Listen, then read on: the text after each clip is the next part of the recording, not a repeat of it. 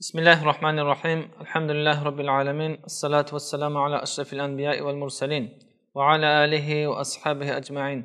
دوستان گرامی، ما قرار داریم امروز در قصه یکی از صحابگان بزرگ که نامشان زید الخیل است، زید اسب سوار. و این صحابه گرامی را پیامبر گرامی اسلام بعد از این که مشرف به اسلام می‌گردد نامشان گذاشتند زید الخیر، زید نکوکار. و این چی سبب داشت و چرا چنین پیامبر صلی الله علیه و سلم این صحابه بزرگ را چنین نام گذاشت؟ و یک قاعده است که گفته شده است خیارهم فی الجاهلیت خیارهم فی الاسلام. بعضی نفرانی که پیش از اسلام آوردن در زمان جاهلیت مروت داشتند، با وقار بودند، زمانی که ایمان آوردند و مسلمان شدند باز هم با وقارتر و با مروتتر گشتند. این بود که یکی از نکوکاری هایی که زید کرده بود این است که شیبانی از خود روایت میکند که یک زمان در منطقه ما میگوید خیلی سال خشکی آمد که دیگر باران نبود، مردم گرسنگی میکشیدند.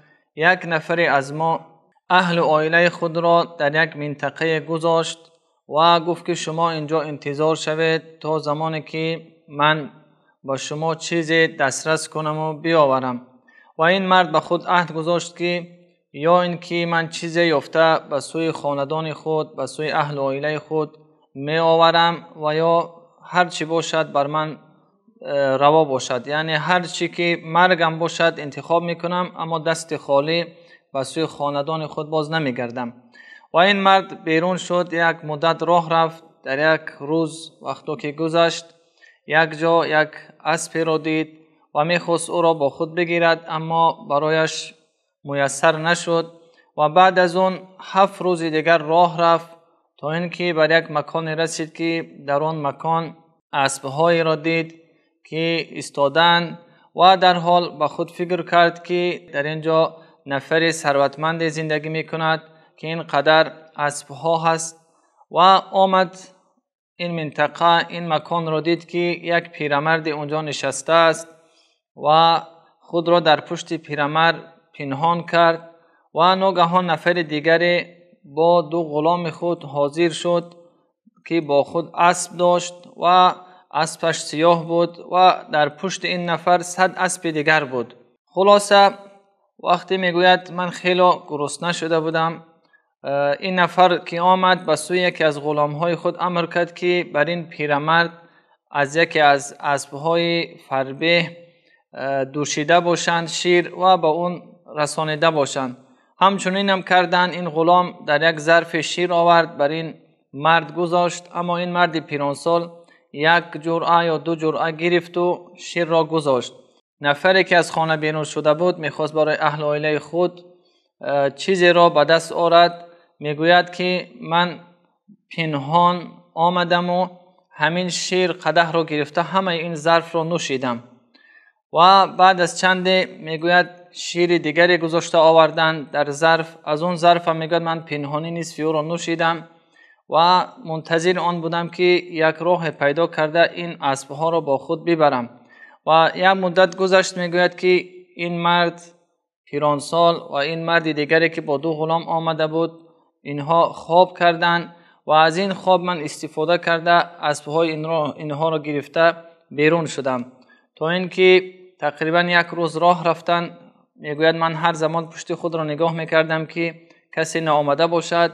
بعد از 1 روز این مرد را پیدا میکنند و این مرد تسلیم میشود و میفهماند که من یک وقتی یک حالت سختی دارم که برای فرزندهای خود باید چیزی برده باشم. جای آنه که این مرد را ضرر رسانند که مال اینها را از خود گرفته است، یعنی مال اینها را غصب کرده است، دزدیده است. اما این نفر میگوید که در اسب من نشین و یک جای می نشینند و از این میپرسد که حالا این که تو اسبهای من را دزدیده کردی چی فکر داری، چی گمان داری که من بر تو انجام میدهم؟ این نفر میگوید که از همه گمان بد که دزد را انسانها چی میکنند، اما میگوید که نه، من تو را بخشیدم، بلکه تو با پدر من همون پیرانسال که پدر این بوده است با پدر من در یک ظرف تو شیر نوشیدی. از این رو او را میبخشد و میگوید که نام من زید فرزند محلحل است. خود را شناسایی میکند و میگوید که قسم به خدا اگر همین اسبی که تو از من گرفته رفتی اگر از خود من میشد من تو را میبخشیدم، اما این از خواهر من است و من نمیتوانم که به تو بخشیده باشم. کمی صبر کن. میگوید 3 روز صبر میکنند. از یک جای 100 اسب و شتر غنیمت به خود میگیرد و به این مرد میبخشد. خلاصه دوستان گرامی، این یک قصه کوتاه از حیات زید ابن محلحل است که در زمان جاهلیت در کتب ادب چنین آمده است که چنین خیرخواهی داشت. دیگر خیرخواهی او را ما دیده باشیم که در اسلام چه خیرخواهی کرد. زمانی که رسالت پیامبری صلی الله علیه و سلم به گوش زید میرسد، قوم خود را جمع میکند و می آید به سوی مدینه منوره. زمانی که داخل مدینه منوره می شود، اسبهای خود را در بیرون از مسجد بسته میکنند و داخل میشوند به سوی مسجد پیامبر صلی الله علیه و سلم که در این زمان در این اثنا پیامبر صلی الله علیه و سلم خطبه میخواندند. وقتی که داخل شد دید که اصحاب پیامبر صلی الله علیه و سلم با یک توجه والای پیامبر گرامی اسلام را گوش میدهند، با یک ادب، با یک اخلاق، با یک توجه پیامبر صلی الله علیه و سلم گوش میدهند و همین اخلاق اصحاب پیامبر در قلب زید داخل شد. از این اخلاق یک تأثیر گرفت و اینجا کمی میتونیم اشاره کنیم دوستان عزیز که ابو سفیان میفرماید که من هیچ نفری رو در روی زمین ندیدم این که دوست داشته باشند نفری رو به مانند اصحاب پیامبر که پیامبر رو دوست می داشتند. در درجه والاترین در روی زمین انسانیت همین دیده می شد که اصحاب پیامبر صلی الله علیه و سلم پیامبر گرامی اسلام را دوست می داشتند. و این چنین باید در حیات من و شما باشد که علما وارثان پیامبر صلی الله علیه و سلم هستند، وارثان پیامبرانند. ما باید اونها را چنین دوست داشته باشیم به خاطر الله، زیرا اونها برای ما دین و ایمان و اخلاق را میفهمانند. دیگر تأثیراتی که زید گرفت از این سخن پیامبر صلی الله علیه و سلم بود که من بهتر هستم از اون بت‌هایی که شما پرستش میکنید. بعد از این فرصت یک چند نفری که با زید بودن بعضیش قبول نکردن، خیلی یک عدد کمی از اونها، یک نفرش حتی چنان غضبناک شد و از همون غضب و از کبر و غرور خود بیرون شد، رفت میگوید سر خود را تراشید و نصرانی شد. همین است که بعضی ها را خداوند هدایت کرده است به سوی جنت و بعضی ها خود که راه غرور و کبر میگیرند و راه جهنم را انتخاب میکنند. دوستان عزیز، این بود کوتاهن یک قصه حضرت زید. بعد از این که این حالت را دیدن، ایمان آوردن و کلمه شهادت را به زبان راندن و پیامبر صلی الله علیه و سلم از اونها پرسیدن که من انت، تو کی هستی؟ از زید پرسیدن. زید گفت که انا زید الخیل ابن محلحل، من زید فرزند محلحل هستم، زید اسب سوار، زید الخیل هستم. گفتن پیامبر صلی الله علیه و سلم گفتن بل انت زید خیر. پیامبر صلی الله علیه و سلم نامی بهتری به اون نهادن، گفتن که بلکه تو زید نکوکار، زید خیر هستی، لا زید الخیل، نه این که زید اسب سوار. و این نام را پیامبر صلی الله علیه و سلم به این صحابه بزرگ نهادن. این صحابه در گذشته گفتیم شجاعت داشتن، خیرخواه بودن. این چنین شجاعت خود را بعد از اسلام آوردنشان نشان دادن و به پیامبر صلی الله علیه و سلم گفتن که یا رسول الله به من 300 نفر از سواران را تحت امر من بگذار، من رفته بلاد روم را فتح میکنم. پیامبر صلی الله علیه و سلم یک حالت تعجب کردند، گفتن لله درک یا زید ای رجل انت، گفتن تو چگونه یک نفر هستی با این شجاعت، با این خیرخواهی؟ و پیامبر صلی الله علیه و سلم بعد از اینکه ایمان آورد چنین سخنها را گفت که تو یک مرد عجیب هستی، یک مرد شجاع هستی زید.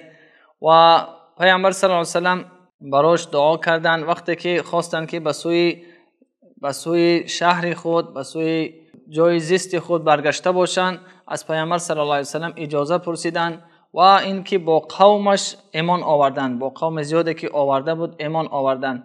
دیگر یک درس کوتاه در این اطراف قصه زید است که ببینید دوستان عزیز، وقتی که آمد اولا پیامبر صلی الله علیه و سلم خیلی گوش داد، خیلی سخن پیامبر صلی الله علیه و سلم رو شنید، بعد از آن تصمیم خود را گرفت، بعد از آن ایمان آورد. این چنین باید مسلمان ها امروز هر نفری که نباید ما در هر کار سراسیمگی را راه بدهیم، بلکه باید هر چیزی را و حتی اگر جای حکم میکنیم باید ما خوب یک مسئله را مطرح کرده باشیم، شنیده باشیم، بعد خلاصه خود برآورده باشیم.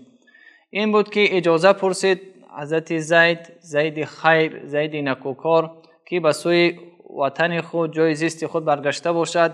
و پیامبر صلی الله علیه و سلم گفتند که اگر زید را خداوند عمرش داده باشد و یک بیماری که مدینه رو فراگیر بود، اگر این به زید نآید و نرسد، حتما که زید برای اسلام مسلمان ها فایده زیاد می آورد، خدمت زیاد می کند. اما خداوند که تقدیر کشیده بوده، می گوید این بیماری زید را دریافت و در راه به سوی خانه خود از عالم چشم پوشید، از دنیا گذشت. مدت اسلام آوردنش حتی یک حالت خیلی هم کم بود که در این بین گناهی نکرده بود. در این بین یعنی یک انسان اگر مسلمان می شود همه گذشته او بخشیده می شود و گناه کم کردگی که نبود. امیدوارم که حضرت زید و این چنین دیگر اصحاب پیامبر صلی الله علیه و سلم در جنت الجاودان باشند و برای ما خداوند توفیق آن بدهد که از حیات این بلبلان باغ پیامبر صلی الله علیه و سلم، از حیات این صحابگان گرامی قدر برای خود چیزی آموخته باشیم. یکایک شما را به الله منان میسپارم. السلام علیکم و رحمت الله.